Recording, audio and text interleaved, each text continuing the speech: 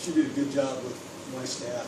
We had still the same issues. I think that helped you guys, yeah? When Rudy sat down and tried to, we said, I'm saying this, what do you understand? And what are we trying to accomplish? And Rudy helped explain it very well.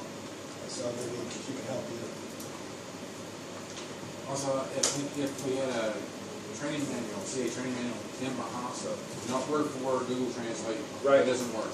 It has to be what the meaning is to get across. I started working with the translator, they got sick and moved on, start working on that.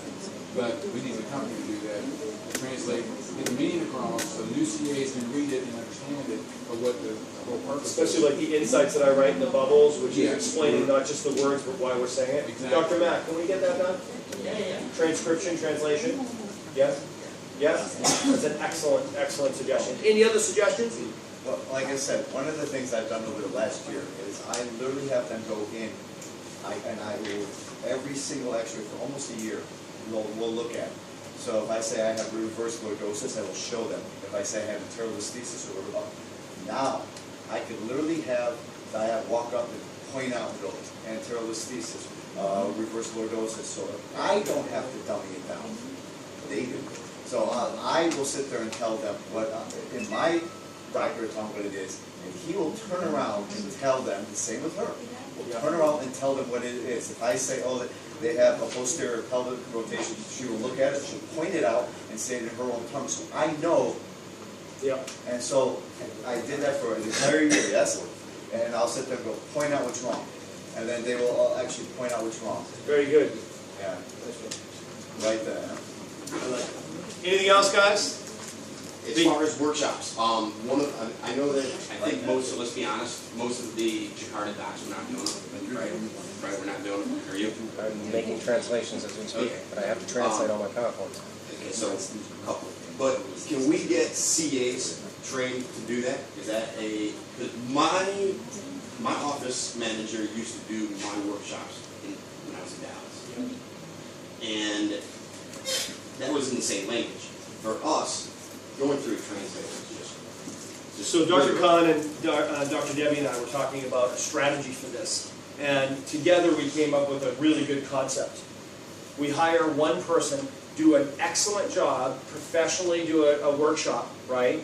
Segment that workshop. Like, so now imagine the rooms, this is your workshop, this is what everybody's workshop looks like, right? Test crowd like this, right?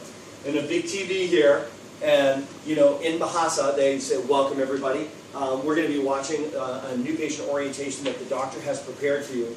And intermittently, or during the video, we're going to stop and ask you some questions. So make sure you pay attention. There are a few key terms you should be listening for. One is innate intelligence. The second is your spinal column. And the third is a problem called subluxation. So I want you to listen for those terms in Bahasa. They're speaking to people. So now they step aside, play the video. In about 5 minutes, the doctor will say, the 3 most important things you should be learning here tonight are boom, boom, and boom. Innate intelligence, spinal nervous system, subluxation, right? So then that pause, and they stand up and say, okay, so who can tell me what are the 3 things you should be listening for? Boom, boom, boom. Great, excellent. Play, and they listen for another 10 minutes, and they explain the first one. Pause. Okay, let's talk about what's the master system of the body?